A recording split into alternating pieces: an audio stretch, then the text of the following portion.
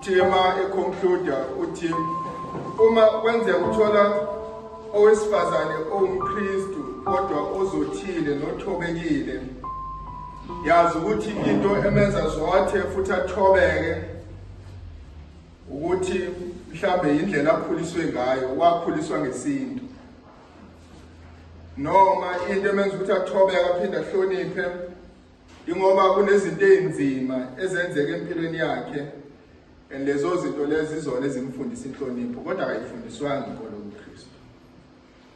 Rather shocking statement, and abantu abaningi bangenayo because wayivulele ukuthi ake nisho ukuthi ngempela niyibona kanjani lento, ngabe injalo ngabe isintu esakha abesifazane abaqotho noma inkolo yobuKristu yakha abesifazane abaqotho. So if ungalalela lamazwi bazalwane, zimbili izinto ezifike emqondweni wami bangicabanga ngawo lamazwi.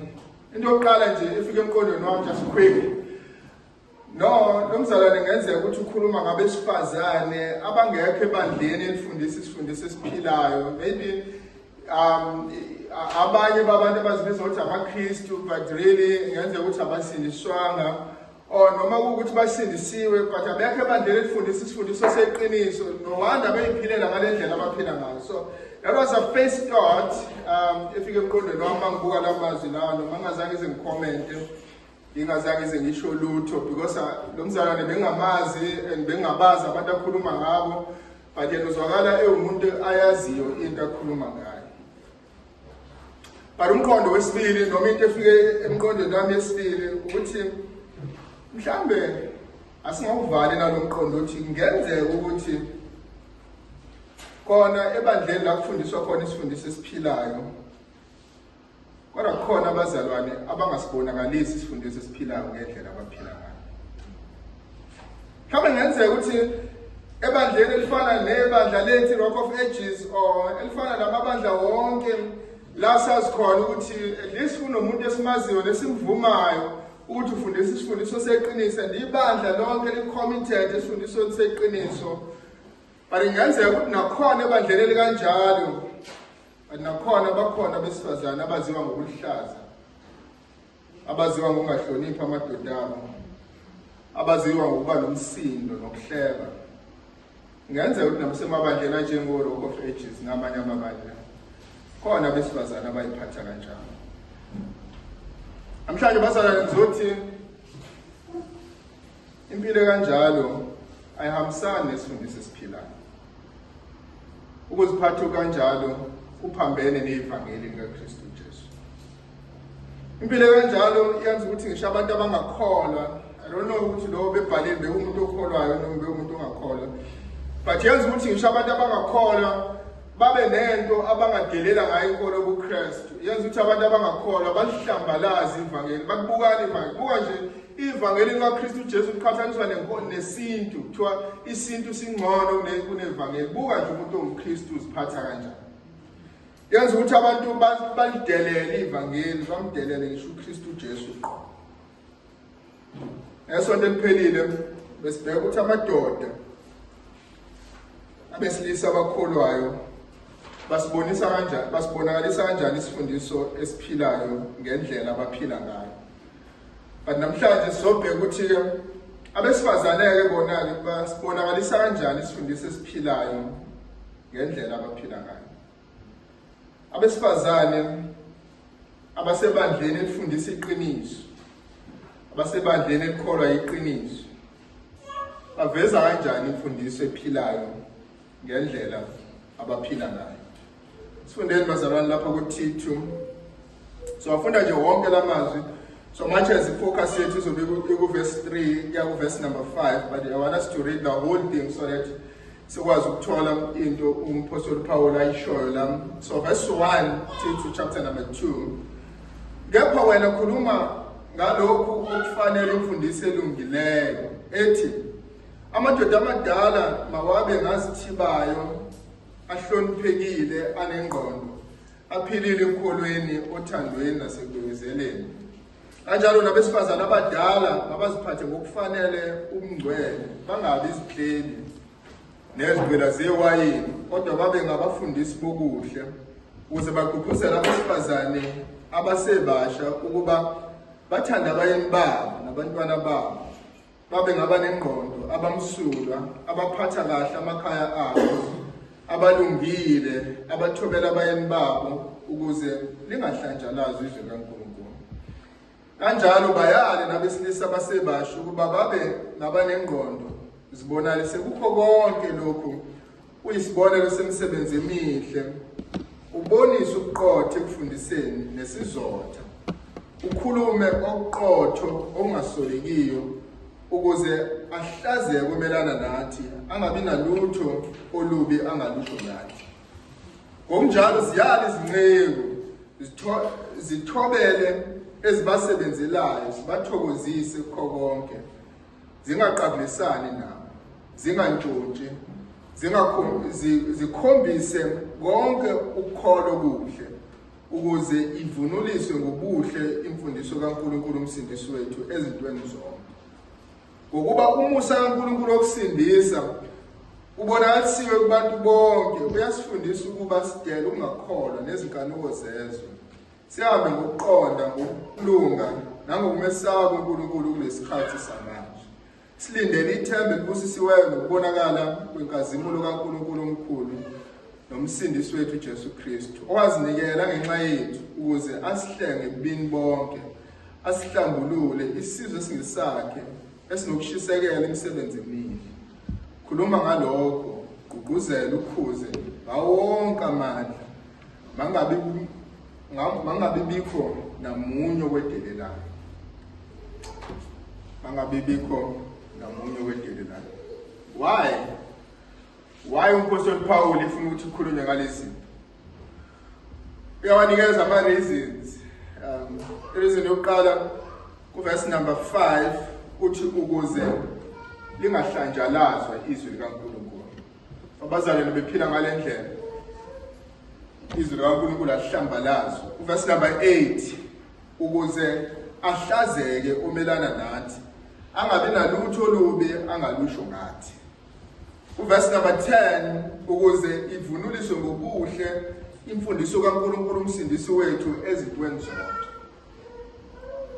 So lento sikhuluma ngabo abazalwane akusiyona into encane ukuthi abazalwane baphile ngokwesifundiso, babonakalisa isifundiso ngendlela abaphila ngayo. Yenza lezi zinto uMpostoli Paul akhuluma ngazo. But lezi zinto esikhuluma ngazo bazalwane akona nje ama-morals esizokhuluma ukuthi I know ziphathe kanje. Remember omunye umama wayesibizile, actually she spent about 2 hours ekhuluma nathi engasinikezi ngisho igap ukuthi sikwazi ukukhuluma. But one of izinto azisho so much ezingakhumbula omningi akusho because kwase kuningi kakhulu, but wayegxeka ukuthi nina ukuthi amabandleneni alikhuluma iqiniso emabandleneni. All right, is that true ukuthi amabandleneni ethu alikhuluma iqiniso? Kunendlela acabanga ngayo ngeqiniso. Even abanye abazalwane bethu banayo indlela abacabanga ngayo ngeqiniso ukuthi iqiniso ukugivana, ukutshela no cash. So asizile ukuzotshela no cash, so bheka izwi likaNkulunkulu ukuthi ivangeli likaKristu Jesu likwazi ukubonakala kanjani kwindlela umuntu aphila ngayo. So makuthiwa khulunywa iqiniso akusho ukuthi kubekwe iBhayibheli eceleni then iqalweke manje ikhulunywa ipracticality. Akuyona into esizama ukuyenza le. Esizama ukuyenza ukuthi umuntu okholwe ivangeli, okholwe isifundiso seqiniso, isifundiso sibonakala kanjani kwindlela aphila ngayo. Motivation is the gospel. That's why verse number 11, verse number 14, uMpostoli Paul usummarize igospel. Uthi umusa kaNkulunkulu wokusindisa usubonakalisiwe kubantu bonke. And umusa kaNkulunkulu uyasifundisa ukuthi sidele konke ungakholwa ney'nkanuko zalesi sikhathi sikwazi ukuhamba ngokuqonda nangokulunga nangokumesaba uNkulunkulu. So into eyenza ukuthi abazalwane baphile kanje umusa kaNkulunkulu obonakalisiwe. Uzathi verse number 14 sikwazi nokushisekela imisebenzi emihle.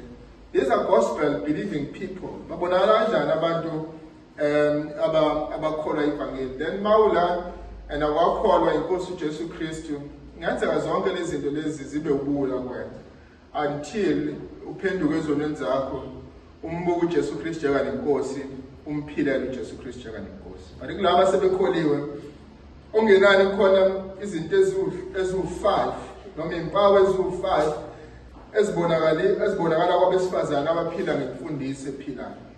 So into yokuqala uMpostoli Paul ayiveza lapha yakho, imfundiso ephilayo ibonakala ngokuziphatha kwabo.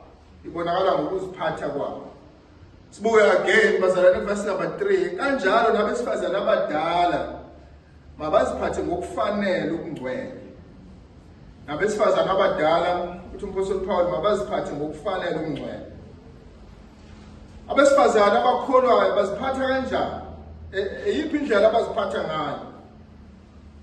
Lezi zinto bazalwane uMpostoli Paul azimenshina la ku verse number 3 ziveza ukuvuthwa kowesifazane.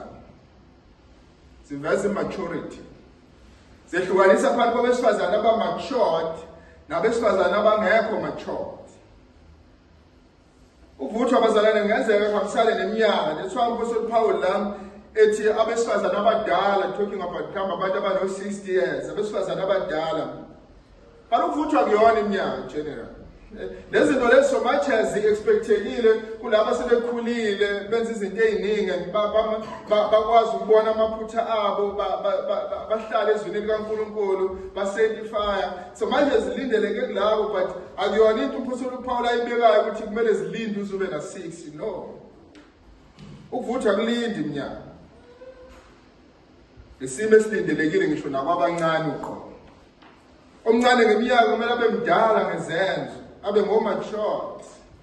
Kanjalo omdala ngeminyaka akumele abe mncane ngezenzo. Uma iminyaka ikhula, umuntu esekhuleni, even indlela aziphatha ngayo kumele ibonakalise ukukhula kwakhe ngeminyaka. But at the same time, even omncane angakwazi ukubonakalisa ukuvuthwa uma ethobela isifundiso sezwe kaNkulunkulu. Ukuziphatha kwesifazane ukuveza ukuvuthwa, uMpostoli Paul ukuveza kanje uthi mabaziphathe ngomngcwele. Buka again verse number 3. Kanjalo nabesifazane abadala mabaziphathe ngokufanele ukungcwele. Mabaziphathe ngomngcwele. Igama uMpostoli Paul alisebenzisayo ukusummarize yonke into ethinta ibehavior yabesifazane. Uthi uMpostoli Paul ukungcwele. Mababa besifazane abangcwele. Leli gama leli lisetshenziswe la elithi ukungcwele lisho umuntu olungele ukusebenza ethempelini. Inkambo yabo ayifane ncamashi naleyo nkambo leyo yabapriest ade bezongena bayokhonza ethempelini. Yina ade benza abapriest mabeyongena ethempelini bekade beyingcwelisa bezithiba kuzinto ezithile beyilungisisa ukuze bakwazi ukuyoma phambi kaNkulunkulu bemela abantu phambi kaNkulunkulu. Bebengena endaweni ebizwa ngokuthi indawo engcwele kusho ukuthi nabo bekumele kuba abantu abangcwele. Uma beke bangena kukhona okungafanele kubona bebekade bengaphumi endaweni engcwele bebefela khona bebulawa intuthelo nolaka likaNkulunkulu. So bekumsebenzi obucayi nomsebenzi odinga ukucophelela umsebenzi wabapriest. But uMpostoli Paul usebenzisa lelo gama lelo elithi ungcwele and uthatha lelo gama ulibeka ngqo kwabesifazane. Uthi abesifazane ababe ngcwele na. Ababe njengabapriest. Ababe njengabapriest. Yini abapriest ababenza? Bebema phambi kaNkulunkulu, bemela abantu phambi kaNkulunkulu. Bebema kwi-presence kaNkulunkulu. So if singayithatha le nsibuyise kwabesifazane, into uMpostoli Paul ayisho la ukuthi abesifazane abakholwa ivangeli indlela abaphila ngayo kumele baphile sekazi ukuthi umzuzu nomzuzu bame phambi kaNkulunkulu. Bengayishintsha kanjani lo impilo yakho if ubuwazi ukuthi uNkulunkulu uhlele eduze kwami eTexas ula nami, if ungipheka ula eceleni kwami ngasebhodweni, if ungikhuluma nomyeni wami ula uhleli la eceleni kwami, if ngikhuza abantwana bami ula, if he was literally physically present, right? But iBhayibheli liyasiveza na uNkulunkulu singamboni ngamehlo kodwa unjani ukhona. It is actually there. So uMpostoli Paul philani as if ni phambi kaNkulunkulu as abapriest kade beyoma phambi kaNkulunkulu. Nani phila njengabapriest philani as if impilo zenu ziphila phambi kaNkulunkulu every moment. Injani lo impilo lephilwa phambi kaNkulunkulu? Impilo ngaphakathi kwisimo somuntu sangaphakathi egcwele ukumesaba uNkulunkulu nokuthuthumela phambi kaNkulunkulu, but ngaphandle egcwele imisebenzi emihle yokuphila phambi kaNkulunkulu noma yokwenza konke ukwenzela udumo lukaNkulunkulu. Ukwenza konke ukwenzela udumo lukaNkulunkulu.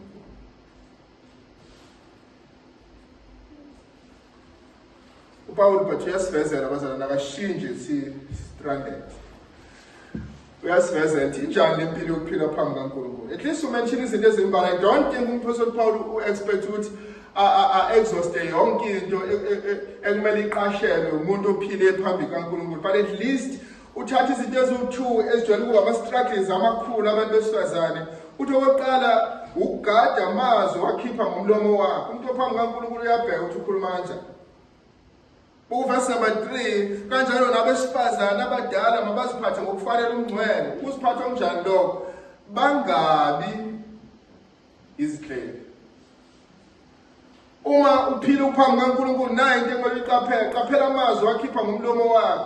Mabangabi inhleli. Inhleli phela abazalwane lento ekhulunywe ucashile wena, ucabanga ukuthi ucashile. Usucabanga ukuthi ilona okhuluma naye kuphela ozwayo. But uthi uMpostoli Paul khona umkhohlwayo wesithathu osuke khona loyo uNkulunkulu. Mabangabi inhleli. Mabangakhulumi ngabanye abantu ngenhloso yokulimaza isithunzi sabanye abantu. Whether bakhuluma okuhle noma bakhuluma okubi ngalabo abantu, if inhloso kukuhlisa isithunzi sabo, uthi uMpostoli Paul mabangakwenzi lokho. Mabangabi ngoSathane, igama eliclear yilelo, mabangabi ngoSathane. Sathane uyena owaziwe umangaleli wamaKristu, lithi iBhayibheli uyasimangalela. So lento ethi mabangabi inhleli, simple ithi mabangabi uSathane. First chapter number 4, verse number 29, you remember ukuthi kumele shintshe le ndlela yokukhuluma elimazayo, leyo yokuhleba, uqamba amanga, udicelela izithunzi zabanye abantu phansi, sishintshe ngokuthi sikhuluma amazwi akhayo nabavezela umusa laba bezwayo. Abesifazane abakholwayo mababe njalo. Izakha chapter 31 verse number 26, ukuthi umbaba sifundele khona uthi owesifazane okholwayo uhamba ngesifundiso esiphilayo uvula umlomo wakhe ngokuhlakanipha nesifundiso somusa solimini lwakhe. Amazwi akhe awakhulumayo amazwi okuhlakanipha. Kwincwadi kabaseKolose chapter number 4 verse number 6, unesikhundleni sokukhuluma ngabantu nokudicelela isithunzi sabo phansi. Uthi labo besifazane mabakhuleke, mabaziwe ngomkhuleko. Izinto ezibaxakayo ngabantu mabazise uNkulunkulu ngomkhuleko. Iba ngokugcina abazalwane kwi-chain yenhlebo. Yabo lento ethi umuntu kade ehamba ehleka. But mayefika kuwena awube ngokugcina. Akangadluleli komuntu. Ngoba kuyaziwa ukuthi wena uyamnqanda mayefika kuwena. Awe-entertain inhlebo. Nomzalwane ejwayele ukuxoxa ngaye unkosikazi kaJoy James. Nakuba engaziwa ngezinto eziningi, but into aziwa ngayo ukuthi kwathi ngelinye ilanga sekuphakwa nje kudliwa wonke umuntu nama-elders naka ayaphaka. Wasevelana ebiza omunye umama okade ekhuluma nge-elder kuyena wathi, "Wewe masipala bani? Nangu ngiyake u-elder sorry, so hamba uyomtshela lento kade umtshela yona." That was very embarrassing. But wayefuna ukudila nenhlebo once and for all. Especially as umfazi we-elder, uyena osengcupheni kakhulu ukuthi wonke umuntu ofuna ukuhleba nge-elder uyakumfazi we-elder. As if like u-consent ngomfundisi, umu-consent ngosorry so kanti ufuna ukuyohleba. So I said, no, nange lo mzalwane ngathi ukhuluma ngayo, akuve nami uyokhuluma naye manje. Maybe we might not do singangayenza bazalwane into extreme kanjalo, maybe ngesibindi, but i-point ukuthi iba ngokugcina kwi-chain yenhlebo. Umuntu uma sehlebe kuwena uyenza sure ukuthi akaphinde awuhleba komunye umuntu because ufike ekugcineni kuwena. So khuzwa but okunye wena ngeke uxoxe namuntu leyo hleba kade ehleba ngayo. Umuntu ophila phambi kaNkulunkulu uqaphela ulimi lwakhe. Ulimi lwakhe luyafundisa ukukhuluma amazwi amahle, alihlebi ulimi lwakhe. Ngoba uyazazi ukuthi uphambi kaNkulunkulu. But okwesibili uMpostoli Paul asezela kona ukuphinde kuveza umngcwele ukuzilawula. That's number 3, ukhuluma ngokuzilawula. Kanjalo nabesifazane abadala ngabaziphatha ngokufanele umngcwele bangabi izinhleli. Nawe engamele bakwenze.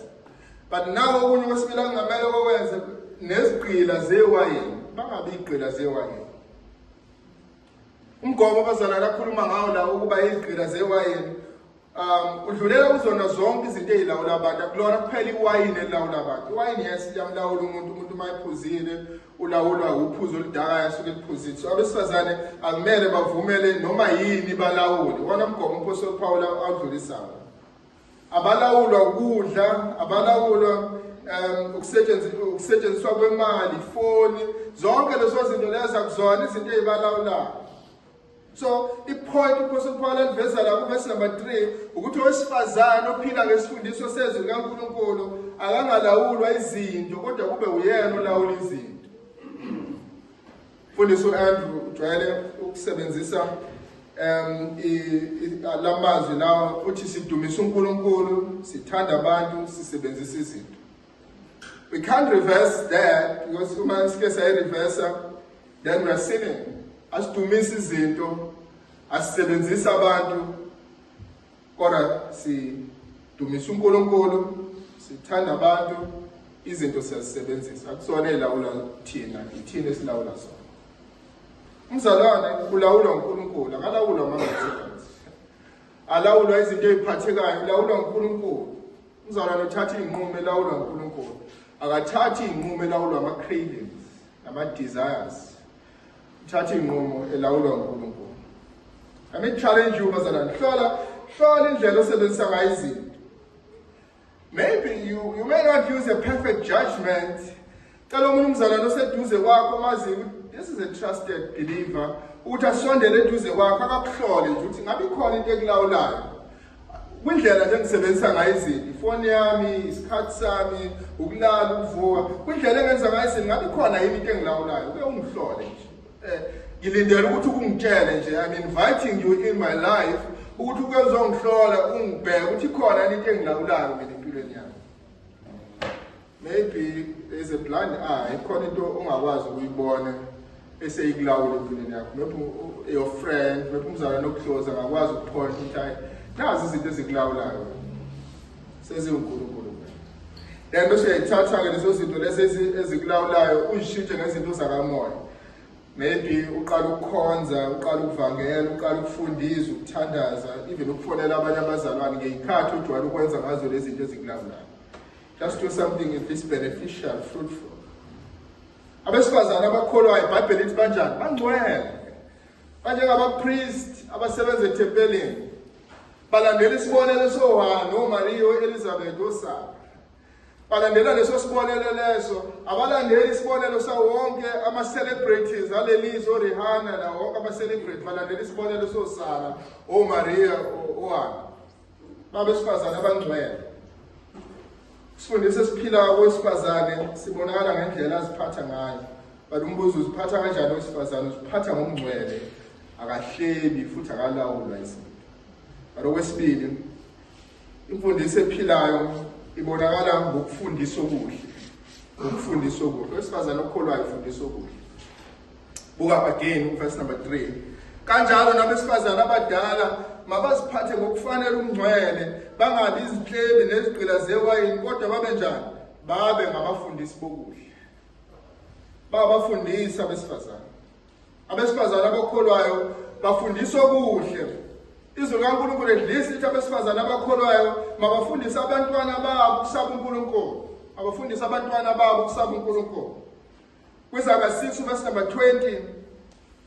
Umbhalo wezaga noma uSolomon mayikhuluma nendodana yakhe, na into ayishoyo endodaneni yakhe, indodana yami, gcina umyalo kayihlo, ungawushiyi umthetho kaNyoko. Awazi even uNyoko uyabalwa la uma wakhe ukuthi uyena umfundisa izinto ezithile, so ungawudeleli umyalo kaNyoko. And siyasibona isibonelo kwiNew Testament, uApostle Paul mayikhuluma ngoTimotheo uthi izwi likaNkulunkulu walifunda kubani? Walifunda kugogo wakhe nanguma wakhe, right? Awuyilona elibidele ku-salvation, meaning uma wakhe nogogo wakhe. We don't know bazalwane noma ubaba bengasekho by that time, so abantu ade bekhona be responsible for Timothy bekumama nogogo. But what we know clearly from izwi likaNkulunkulu ukuthi abesifazane bafundisa okuhle kubantwana babo. Bafundisa izwi likaNkulunkulu kubantwana babo.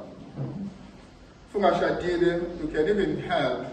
La ungasiza khona ekhaya abantwana bosisi bakho aunt bakho ubafundisa izwi likaNkulunkulu ufundisa okuhle because abesifazane banjani bafundisa okuhle. Bafundisa okuhle. But abagcini ngokufundisa abantwana baphinde bafundisa abanye besifazane. Buku verse number 4. Ukuze bagqugquzele abesifazane abasebasha. Ukuze bagqugquzele abesifazane. So lokuzana iversion ka 2020 to gqugquzele sebesale lo gama lelo lithi gqugquzele. But mofunda 1959 uthi ukufundisa elesingisi lithi ukutrain. But wonke amagama anembayo asachaza into eyodwa ukufundisa, but ukufundisa kanjani? Ukufundisa ngendlela yokugqugquzela. Ukufundisa ngendlela yokugqugquzela. Eligama bazalwane ukugqugquzela lingasho ukwenza umuntu abeqotho noma ukwenza umuntu abe nengqondo. Ukwenza umuntu acabange, athathe inqumo eziphusile.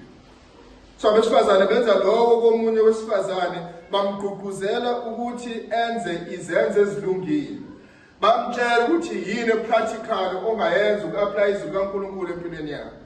Bagqugquzelana 2020 usho njalo. Bagqugquzelana. But I think igama elinembayo esalisebenzisa la elisho lomsebenzi wabesifazane igama elithi ukuqeqesha. Bayiqeqesha abesifazane, baqeqesha abanye abesifazane, baqeqeshana bona. Labo besifazane abavuthiwe banomsebenzi ukuthi bakhombise abanye abesifazane ukuthi owesifazane okholwayo uziphatha kanjani. Bamkhombisa indlela, bamvezela ukuthi izwi likaNkulunkulu ngali-apply kanjani. But iziphi izinto abaqeqeshana kuzo? Buka again verse number 4 ukuze bagqugquzele abesifazane abasha ukwenzani? Ukuthanda abayeni babo nabantwana babo ukuthi babe nengqondo, babe msulwa, baphathe kahle amakhaya, babe ngabalungile, abathobela abayeni babo ukuze izwi likaNkulunkulu lingahlanjalazi. Meaning nazi izinto ezinhle abafundisana zona abesifazane. Bafundisana ukuphilela uNkulunkulu ukuthi owesifazane okholwayo uphilela kanjani uNkulunkulu. Uqeqesha bazalwane kusho ukuba isibonelo, kusho ukuthi uhamba phambili uyamkhombisa umuntu ngendlela wena ophila ngayo ukuthi kuphilwa kanjani. Uqeqesha kusho ukukhombisa ukuthi kwenziwa kanjani. Mina uqeqesha can go even beyond ekutheni sisesontweni. Hamba kuze kufike ekitchen ekhaya ukuthi ake uzobona ukuthi ngipheka kanjani emakhaya. Something simple. But ake ubone ukuthi abantwana bami ngibaphatha kanjani, ngabehlupha ngibakhuza kanjani. Landela emva kwami, edlisa ukubona ukuthi ngenza kanjani. Izenza kanjani lezo zinto. Mangirelate nomkhwenyana wami buka ukuthi ngirelate kanjani naye. Buka ukuthi ngimu-addressa kanjani, ngikhuluma kanjani naye. Mase neyinkinga ngizi-addressa kanjani inkinga yakhe. But umgomo uqondile owesifazane la usuke ephila nomunye wesifazane. Ngamazi basuke bevulelana impilo zabo, bemvumela ukuthi angene empilweni yakho, azofunda empilweni yakho ngokubuka wena wenza. Into engisaba abazalwane kulo mgomo oclear kangaka ukuthi kungenzeka abancane bangafuni ukufunda kwabadala. It just say bangafuni lokho. But at the same time, ngenzeka ngisho abadala bangafuni ukuvulela laba abancane ithuba lokhu bakwazi ukungena empilweni zabo bazofunda empilweni zabo. Maybe egameni lokuthi angifuni ukuxaka umuntu. Angifuni ukubhodarisha umuntu. Umuntu uphila impilo yakhe. Nami ngiphile yami, nomzalwane othile uphila impilo yakhe. I don't want to bother. You know bazalwane ngegameni lodwa yini le? Selfishness. One weight. Selfishness. Izwi likaNkulunkulu lithi kumele siyifake empilweni zabanye abantu.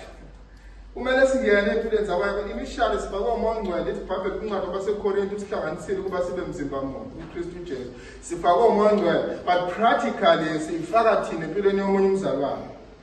uMoya Ngcwele usebenza ngabanye abazalwane ukulungisisa abanye abazalwane. Matthew chapter number 18 uthini? Umubona umzalwane wakho owana message Mkhosi. Mayiqhubeka kwenze njani? Hold your peace. No. Bizo wesibili. Mayiqhubeka kwenze njani? Bizo wesithathu. Mayiqhubeka tshela ibandla. Well, this is serious. I'm in. Ngiphakathi empilweni yakhe, I will not hold my peace. Angikwazi ukuthi ngiyeke ngizolonga ngiphakathi to the end.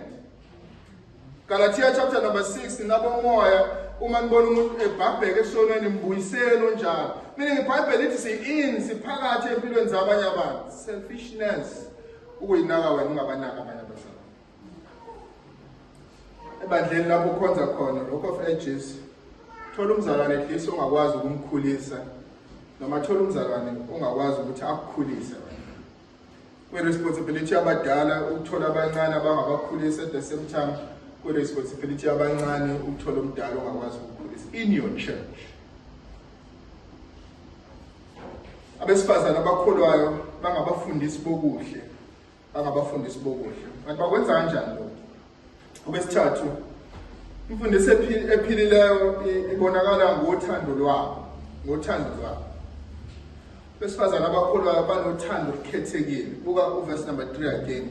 Kanjalo nabesifazana abadala mabaziphathe ngokufanele ungcwele, bangabi izinhlebi nezigqila zewayini, kodwa babe njani? Babe ngabafundisi bokuhle. But iziphi izinto ekumele bayifundise? Verse number 4, ukuze bagqugquzele abesifazane abasebasha ukuba bathande abayeni babo nabantwana babo. Owesifazane okholwayo ma singayibeka ngamagama acacile, ungumthandi wendoda yakhe futhi ungumthandi wengane zakhe. Husband lover, children lover. But oqala umthandi wendoda yakhe. Babe lithi bathande abayeni babo.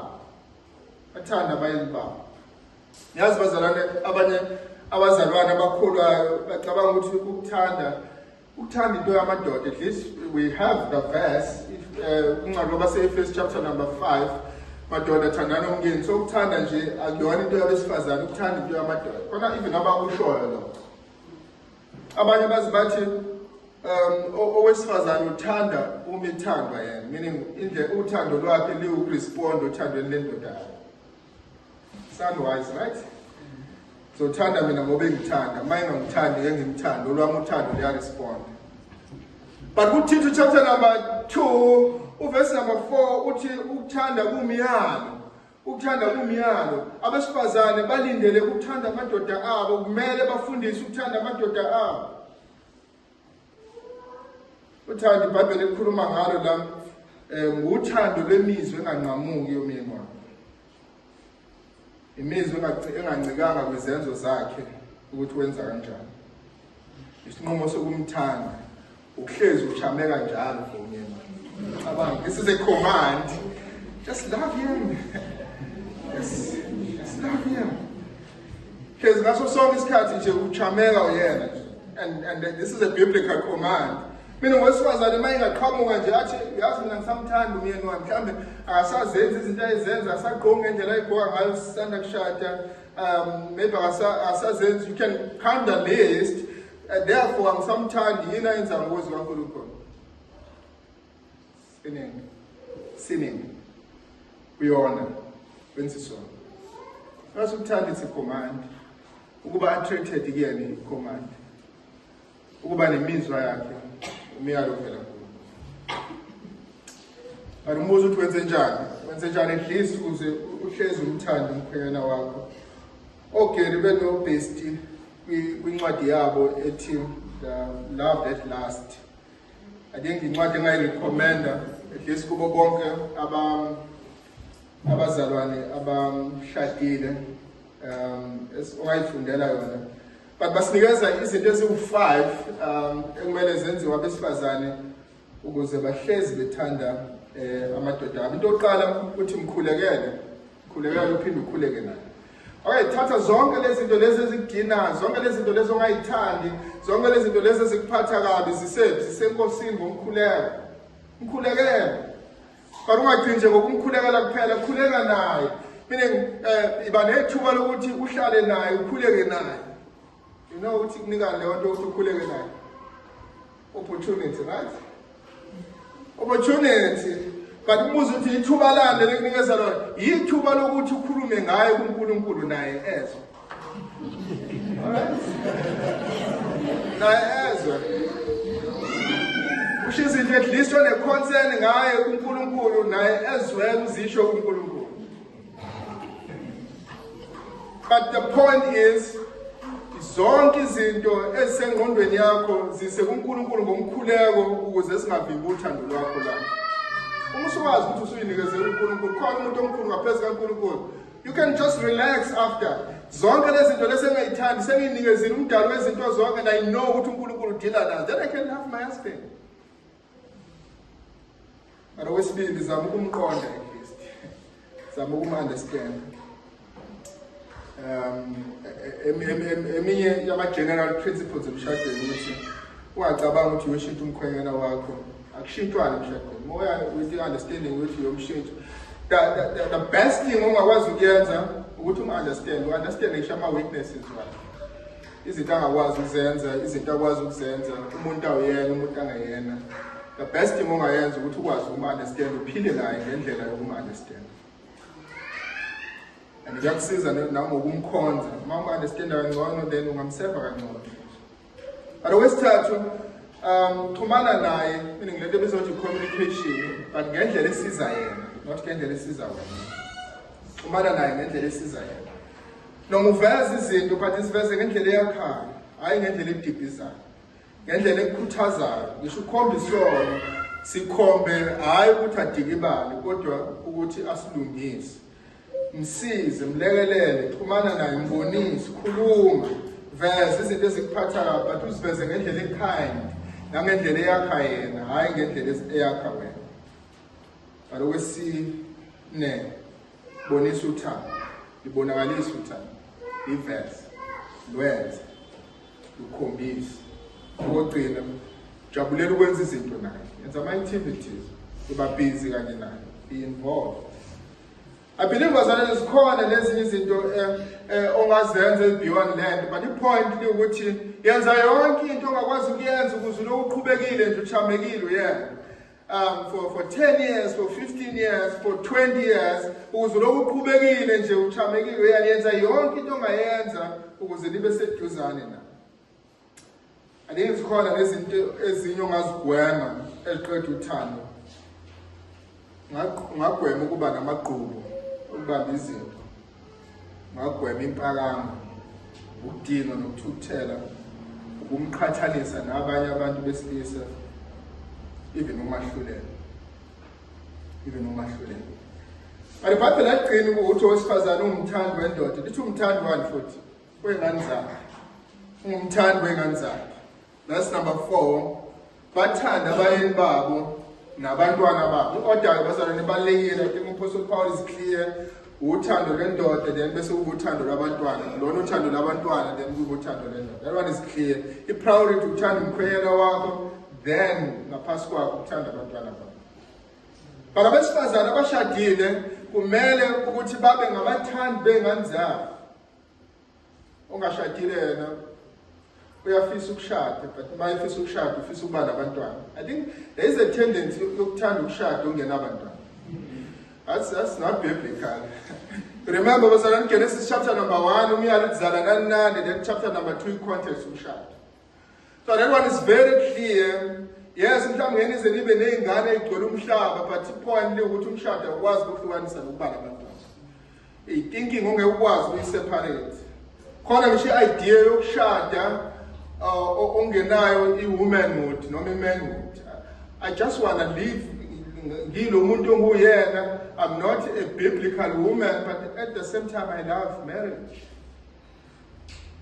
Azikwazi ukwenzeka. Umshado ukhona ukuze kube khona abantwana. At least if uNkulunkulu enibusisile, we know ukuthi khona abantu abane-gift unique, uNkulunkulu abanikeze yona ongabathola abantwana. They can still accept leyo nto eziwili kaNkulunkulu, but i-desire ubonke abantu abashadile ukuthi bathole abantwana bakwazi ukukhulisa abantwana emshadweni. Abantwana abasona isiphazamiso njengalokho izwe lifundisa. Abantwana iBhayibheli lithi bayisibusiso esivela kuNkulunkulu. Kumele sibamukele kanjalo with joy. With joy. owesifazane okwazi ukumisa zonke ezinye izinto aphazamiseke ngisho kwi-career yakhe ukuze akhulise abantwana bakhe, ababekezelele uma behlupha, abathanda, abagqokise kahle, abanakekele. iBhayibheli lithi uwesifazane oqotho nowesifazane osabule. But owesifazane ucabanga ukuthi abantwana bayisiqhubekisa kuyena ngoba bamphazamisa kuma-dreams akhe, kwi-career yakhe, kwizinto afuna ukuzi-achieve empilweni and ba-chaotic, so yena akabafuni. iBhayibheli lithi lo wesifazane akaphili ngokwesaba uNkulunkulu. Kumele silithandazele lokuthanda, sicele kuNkulunkulu, especially ikhomandiwe because kunzima ukubathanda, especially uma besakhula behlupha benza izinto angamele bazenze. Sicela uthando lokubabekezelela, lokubaqonda, lokuba-understand, loku-understand i-childishness, ukuba abantwana, ukwenza izinto ey'phambene. Wesifazane okholwayo, number 4, imfundiso ephilileyo ibonakala ngesimilo sawo. Ngesimilo sawo. Buka again verse number 4 no verse number 5. Bathanda abayeni babo nabantwana babo, verse 5. Babe ngabanengqondo abamsulwa. Babe ngabanengqondo abamsulwa. Kunesimilo bazalwane ongeke usigeje kumzalwane. Ongeke usigeje kwesifazane okholwayo. Sirare kwabesifazane abangakholwa asithola-tholakali, but by God's grace, even by imvelo kaNkulunkulu esasele, even kwabantu abangakholwa, yenzeka sibe khona lapha nalapha. But kwabakholwayo izimilo lezi ongeke ukwazi ukuzigeja, zihlezi khona kwabesifazane abakholwayo. Uthi umphostoli Paul kokuqala ukuba nengqondo. Ukuba nengqondo, ku-verse 5, babe ngabanengqondo. Babe ngabanengqondo. Izwe ligcwele abesifazane abangenangqondo.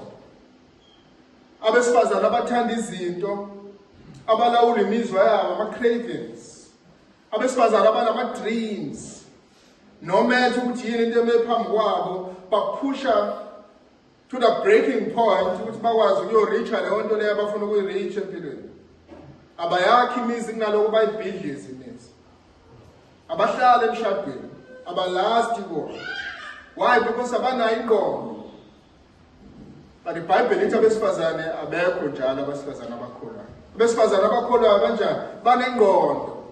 Bakwazi ukucabanga. Bakwazi ukuthatha inqumo ezi-practical, bane-sound judgment. Bakwazi ukusebenzisa ama-reasons afanele ukuthatha inqumo ezifanele. Tell you bazalwane, abesifazane abakholwayo abacindezeli abakhwenyana babo ukuthi babanike lempilo abafuna ukuyiphila noma bengakwazi abakhwenyana babo ngokwesimo semali ukubanika lempilo abafuna ukuyiphila. Abayenzi abathanda izinto zezwe nezo.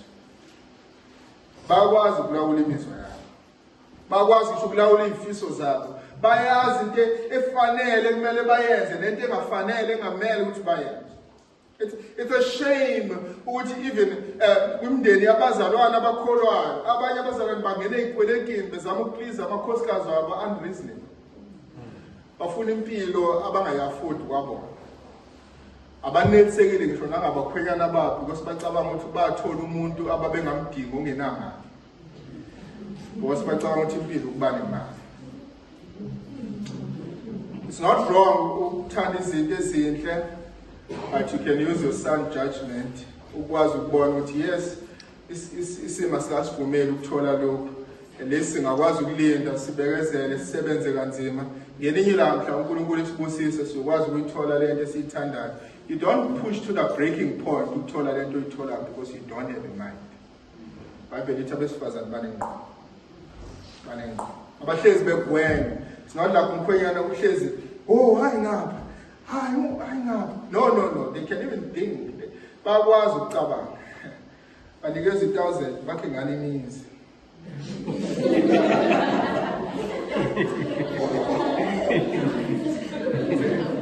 It's an exaggeration.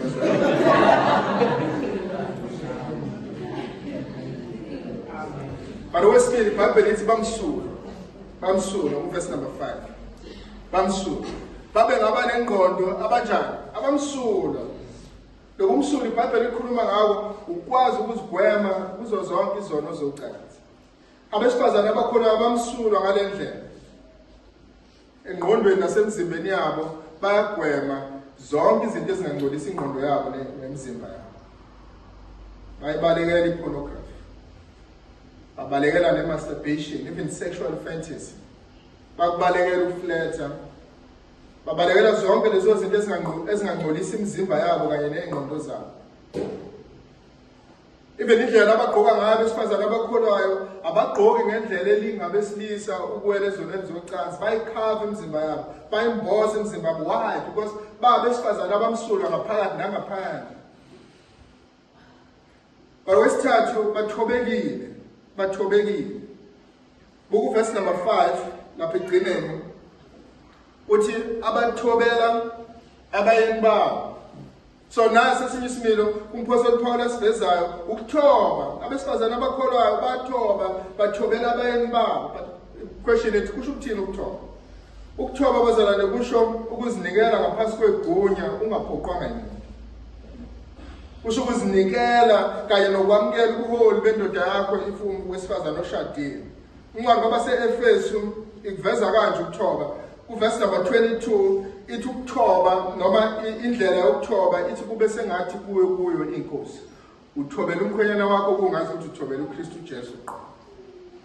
Bazasinikeza isibonelo umpostoli Paul athi isibonelo ibandla lithobela uKristu Jesu. Bathoba ngendlela ibandla lithobela ngayo uKristu Jesu. Abesifazane abakholwayo baziwa ngokuthoba. Uma ungashadile, even ukuthoba ngakwazi ukubonakala kwena. Mhlambe if usekhaya usaphila ngaphansi kwabazali, ungabonakala ngendlela othobela ngayo abazali bakho. Ebandleni indlela othobela ngayo abaholi bebandla. Emsebenzini indlela othobela ngayo abaqashi bakho. Ngamazwi ukuthoba akukho limited ekutheni ushadile noma ushadanga. Abesifazane i-attitude yabo i-attitude yokuthoba. Attitude yokuthoba. Izwi likaNkulunkulu bazalwane alazi lutho ngale attitude kade ishilo umzalwane kade ebhale ku-social media. Alazi lutho ngokuhlaza kowesifazane. Alazi lutho ngokudelela nokungalaleli. Alazi lutho ngokuveza amabala. Izwi likaNkulunkulu alazi lutho ngalezo zinto. Owesifazane uphila ngaleyo ndlela leyo, iBhayibheli ikliye, uphila ngendlela ephambene nemfundiso ephilayo. Uphile as if akafundisiwe izwi likaNkulunkulu, akakholiwe inkosi uJesu Kristu, because bonke abesifazane abakholwa inkosi uJesu Kristu bakharacterizwe humbleness. Abesifazane abathobile, even babedlulisa into abangayiboni kahle, bayidlulisa ngomoya wentobeko. Umoya wentobeko. Uma uphila ngale ndlela, uhlaza, ungalaleli, ungahloniphi, waziwa njengomuntu wamabala ukuthi uthintela uzobona amabala akhe. iBhayibheli lithi uhlambalaza imfundiso ephilayo. Verse number 5 ukuze lingahlanjazwa izwi likaNkulunkulu. So uma uphila ngale ndlela uhlambalaza imfundiso ephilayo, uhlambalaza isifundiso sezwi likaNkulunkulu. Izwi liya-reacta, and indlela izwi li-reacta ngathi bukaningi amaKristu. Bukana amaKristu. Mhlawumbe ushumayela ivangeli, then mase uthintiwe la ungathintwa khona, then usuveza amabala. iBhayibheli lithi bukaningi amaKristu. Ukugcina abazalwane, imfundiso ephilileyo ibonakala ngokusebenza kwakhe. Verse number 5, babe ngaba nengqondo abamsulwa abanjani? Abaphatha kahle amakhaya. Angeke ngihlale kakhulu kule point because I think for several times silveza from izwi likaNkulunkulu. But just to remind you, izinto ezimbalwa ngalo le point lisho ukuthi priority yabo isekhaya. I-priority yabo ikusebenza ekhaya. Yes, iBhayibheli lisho ukuthi bangenze lutho ngaphandle kwasekhaya, but abenzi izinto ngaphandle kwasekhaya, beneglect imisebenzi yasekhaya. Amazi i-priority yabo ikusebenza ekhaya. Yona into edefina lokho iBhayibheli likushoyo kwincwadi kaGenesis ukuthi abesifazane mababe ngabasizi. I-priority yabo isekhaya, baprioritize yonke imisebenzi yasekhaya njengoba sifundile kwincwadi yeZakha ukuthi owesifazane wenze njani. Uvuke ekuseni enzela abendi yakho ukudla, anikeze izisebenzi ama-responsibilities akhe, ahambe ezweni elikude ayolanda ukudla akulethe ekhaya, aphinde aluke. Yonke lama-activities owabonayo achaza exactly lokho iBhayibheli likuvezayo ukuthi kuyini ukuphatha amakhaya noma kuyini ukusebenza ekhaya. Let me mention lezi zinto ezilithuba zalandela very important. Oqala kungenzeka owesifazana asebenze ekhaya but angabe owesifazana ongcwele.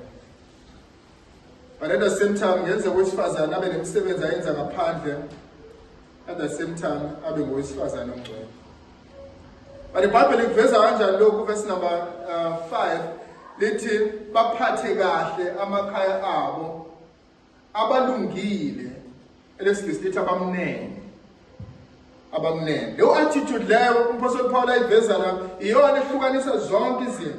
Uma bephethe amakhaya abo uthi uMpostoli Paul bawaphatha ngomoya wobumnene. Babesifazane laba abenza okuhle even kulabo abenza okubi khona. I-attitude yabo indlela abaphatha ngayo amakhaya abo bawaphatha ngomoya wobumnene. Babazalwane abamnene la. And another question mhlawumbe engayiveza la ukuthi we desire yokuthola imali eningi nenzuzo eningi, then maybe as a family you decide ukuthi owesifazane asebenze ngaphandle, ingagcini seniconfuse ama-roles ngendlela iBhayibheli liwabeke ngayo. Irole yowesifazane akubona ukuba yi-provider. Irole yokuba yi-provider iBhayibheli i-clear, yenziwa owesilisa. Qala nje kancane uzosebenza ngaphandle kwasekhaya, then ilandele ekutheni ngoba siyabuya sobabili sivele emsebenzini, kusho ukuthi masibuya la uzogeza abantwana, mina ngipheke, mina ngenza ukuthi.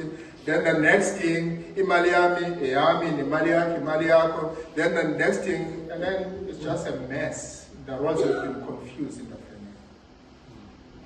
Bible clear ngama-roles. Iclear ngokuthi emshadweni owesifazane wenzani, owesilisa wenzani emshadweni. With it desire ukuba nemali nama-materials, singagcini sesiconfuse ama-roles ngendlela uNkulunkulu awamise ngayo and senze isono phambi kaNkulunkulu.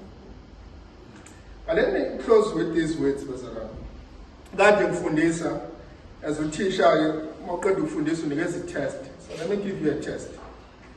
So i-test yami inemibuzo emihlanu, 5 questions. Umbuzo nombuzo unamamaka amabili.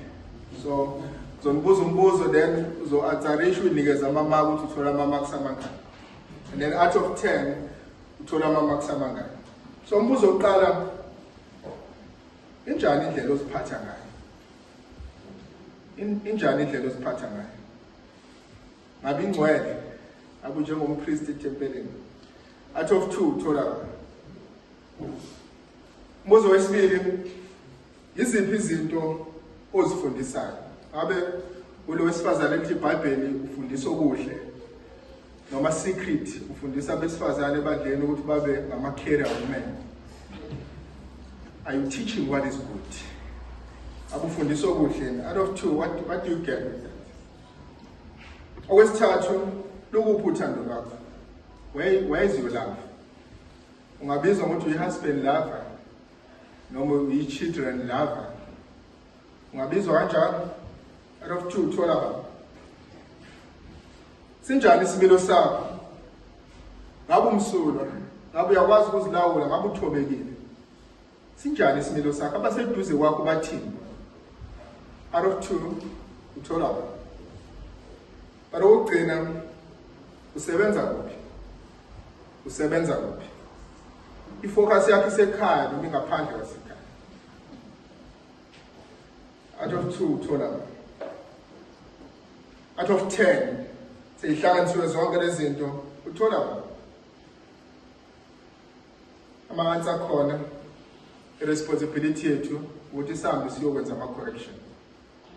Izwi likaNkulunkulu lisibizela ekulungiseni. Izwi likaNkulunkulu lisibizela ekuphileni njengabesifazane abesaba uNkulunkulu, abaphila ngesifundiso esiphilileyo. Ngiyacela sikhuleke.